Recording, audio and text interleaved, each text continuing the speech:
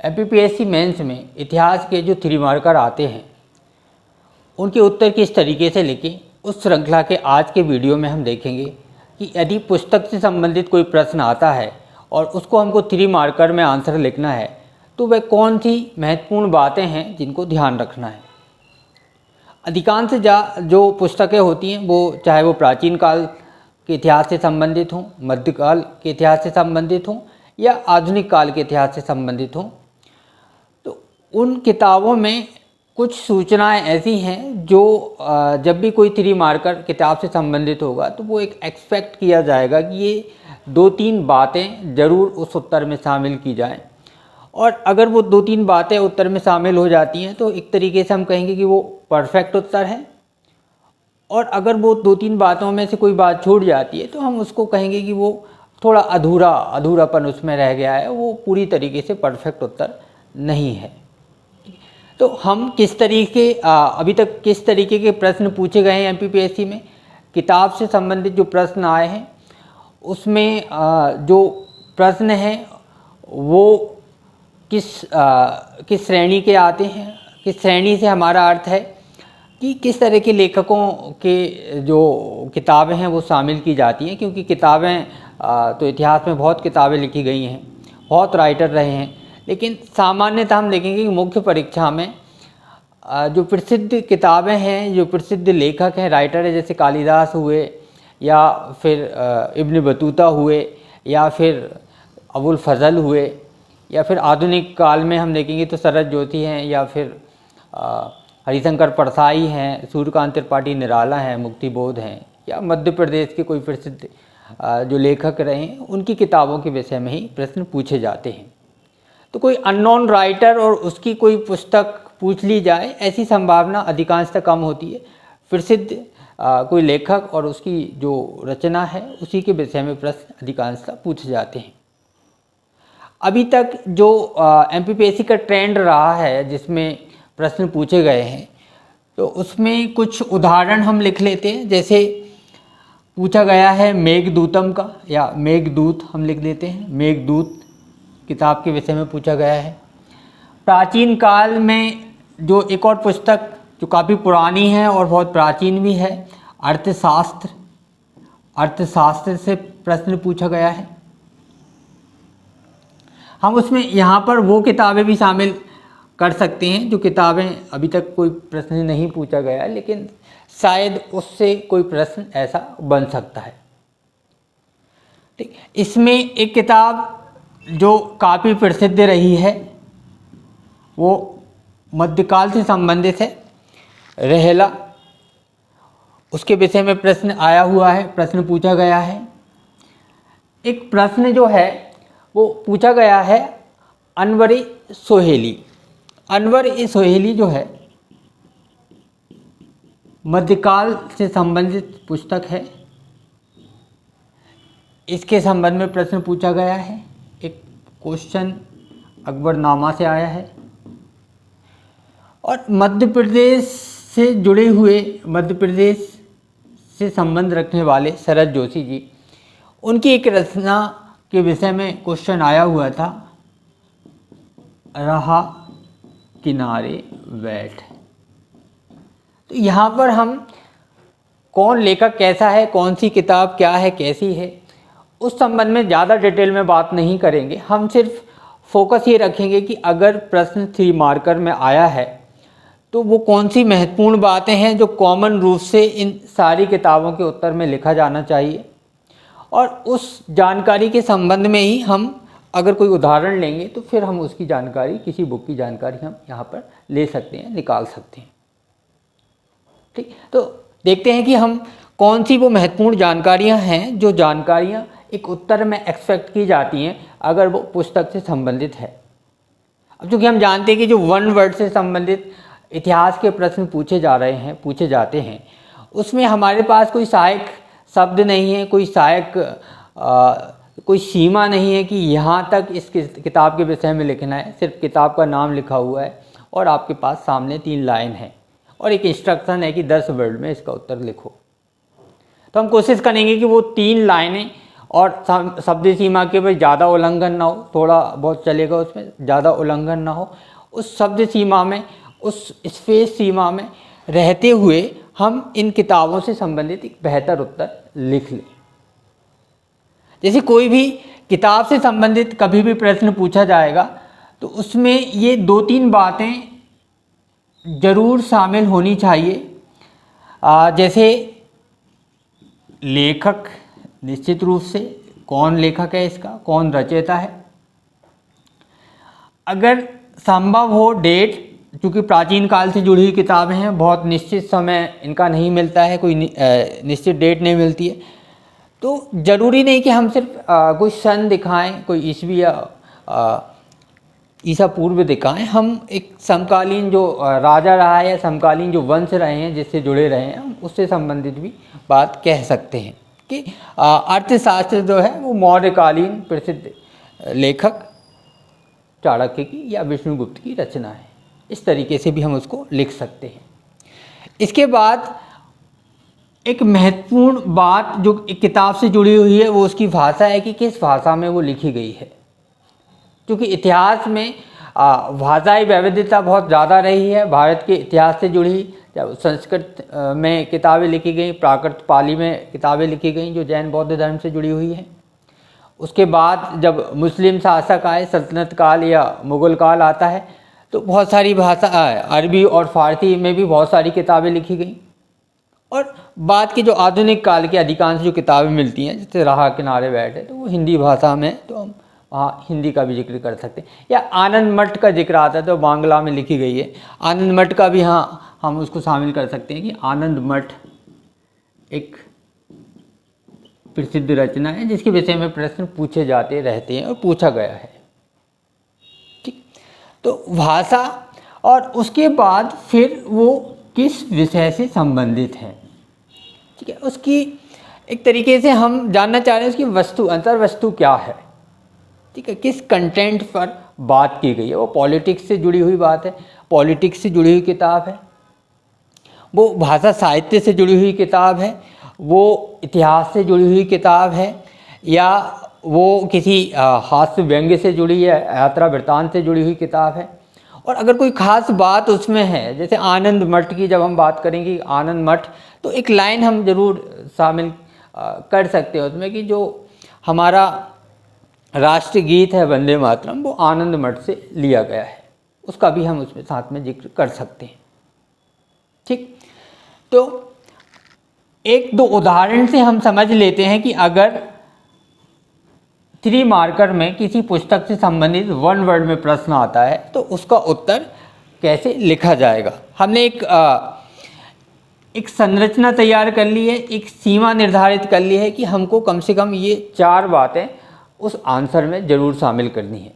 लेकिन वो किस तरीके से शामिल करेंगे उसको थोड़ा सा हम समझ लेते हैं। जैसे अगर हमारे पास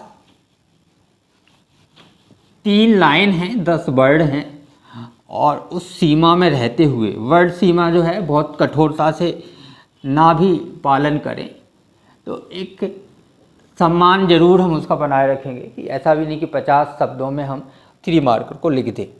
तो अर्थशास्त्र से संबंधित है तो मौर्यकालीन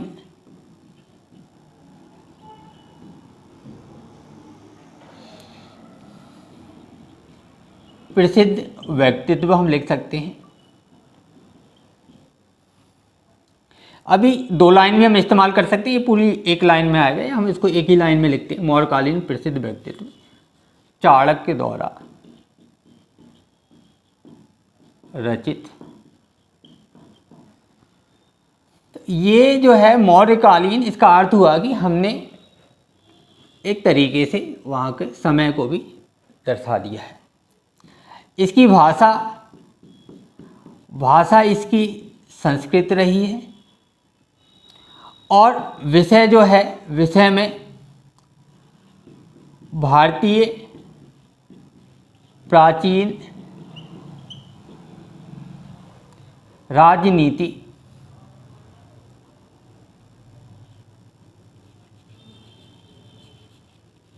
राजनैतिक व्यवस्था थी, प्राचीन राजनीतिक नीति पर रचित पुस्तक। ठीक है, हालांकि इसका नाम अर्थशास्त्र है, लेकिन मुख्य रूप से इसको जो शामिल किया जाता है वो पॉलिटिक्स जो है, वो भी इंडियन एंशिएंट पॉलिटिक्स जो है उसका हिस्सा माना जाता है। तो हम इन 3 बातों को इसमें शामिल कर लेंगे। मौर्यकालीन प्रसिद्ध व्यक्तित्व चाणक्य द्वारा रचित। चाणक्य, अब उनका पूरा परिचय देना ज़रूरी भी नहीं है यहाँ पर, और वो हम ये भी ना चाहें कि हमको लगे कि जो चेक करने वाले हैं उनको पता नहीं होगा कि चाणक्य कौन है। मैं थोड़ा और उनको डिस्क्राइब कर देता हूँ। तो वो सारी बातें जो हैं, ये बात मान के चलिए कि जो भी कोई कॉपी चेक कर रहा होगा वो इतना समझदार तो होगा ही, और बहुत ज़्यादा समझदार होगा आपसे तो, कि वो इन सारी बातों को जानता होगा।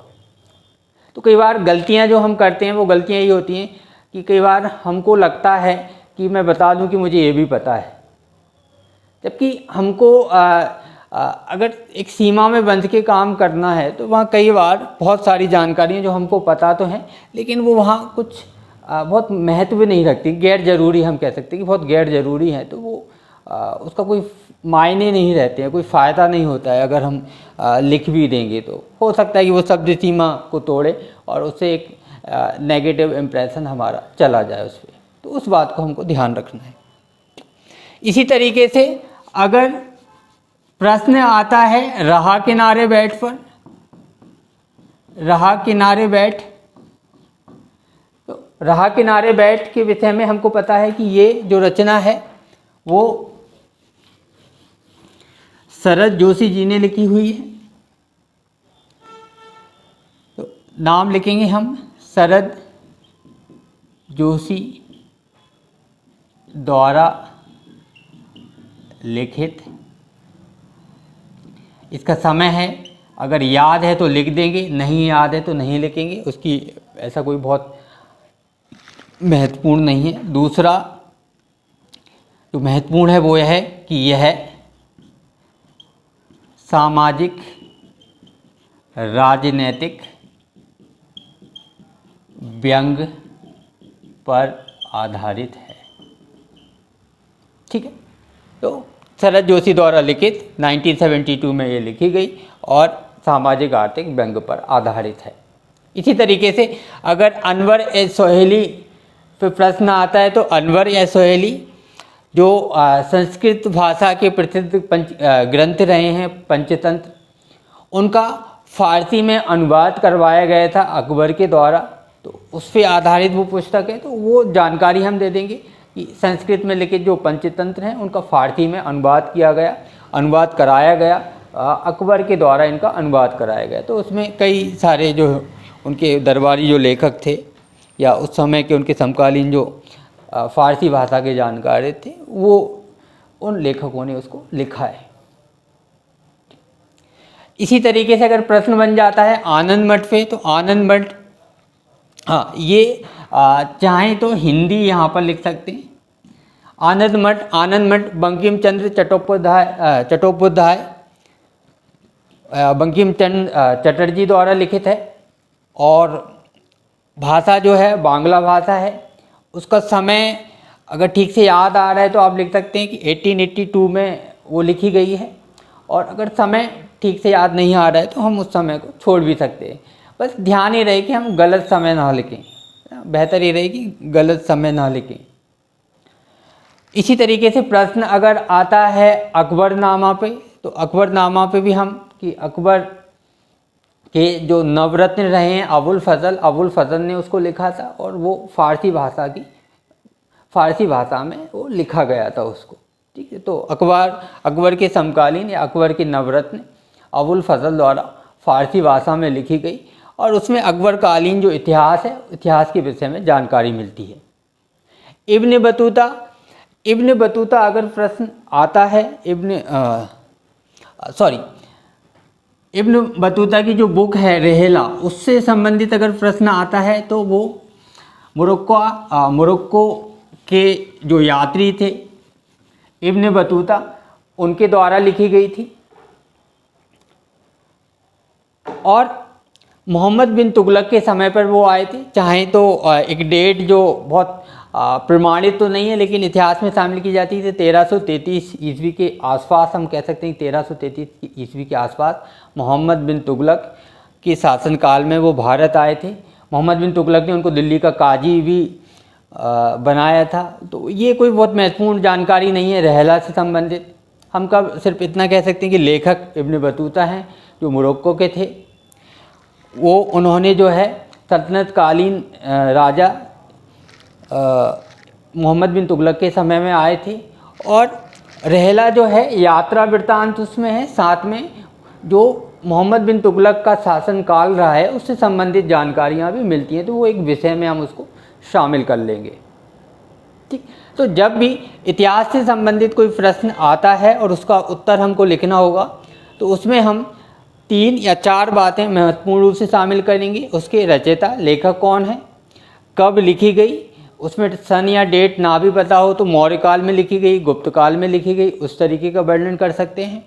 किस भाषा में है, बहुत बेहतर होगा अगर हम पढ़ते समय ध्यान रखें कि जो किताब जिस किताब के विषय में हम पढ़ रहे हैं, लेखक के विषय में पढ़ रहे हैं, तो उसकी भाषा को भी हम याद रखें कि वो भाषा जो है किस भाषा में थी और अंतिम रूप से किस विषय से संबंधित है। और अगर कुछ खास बात उसमें है, कुछ खास घटना उसमें शामिल है या कुछ खास कुछ ऐसा शामिल है जो बहुत प्रसिद्ध है, जैसे आनंद मंठ के विषय में हम कहते हैं कि वंदे मातरम जो है जो भारत का राष्ट्रीय गीत है वो उसी पुस्तक से लिया गया है। तो ऐसी बात, ऐसे जो पॉइंट हैं वो हम जरूर विषय के साथ मेंशन कर सकते हैं। तो उम्मीद है कि ये वीडियो भी आपको बाकी वीडियो की तरह ही पसंद आया होगा। ये आपको मदद करेगा उत्तर लेखन में। किताब से संबंधित कोई भी प्रश्न होगा 3 मार्कर में, निश्चित रूप से आप बेहतर उसका उत्तर लिख पाएंगे। आगे अगर 5 मार्कर में भी इस तरीके के प्रश्न आए हुए हैं तो आए हुए होंगे, मेरा कहने का मतलब है कि ज़्यादा इस तरीके के प्रश्न 5 मार्कर में शामिल नहीं है, तो उस पर भी हम कि 5 मार्कर में अगर प्रश्न आ जाता है तो कैसे लिखा जाएगा वो आगे हम चर्चा करेंगे। अभी हम 3 मार्कर, इतिहास के 3 मार्कर हैं, उन पे ही हमारा फोकस रहेगा अगले वीडियो में भी। और हम इसी तरीके से हर अलग अलग पॉइंट पे, जैसे अगला वीडियो हमारा रहेगा वो कला से संबंधित रहेगा और कला से संबंधित कोई प्रश्न आता है तो उसका उत्तर कैसे लिखा जाएगा उस पर हम बात करेंगे। ठीक है, तो कला एक बचा हुआ है और ऐतिहासिक स्थल से संबंधित प्रश्न आता है तो हम कैसे उत्तर लिखेंगे वो बचा हुआ है, उस पर हम चर्चा करेंगे। ठीक है, तो आप सभी लोगों का बहुत ध्यानपूर्वक सुनने के लिए धन्यवाद।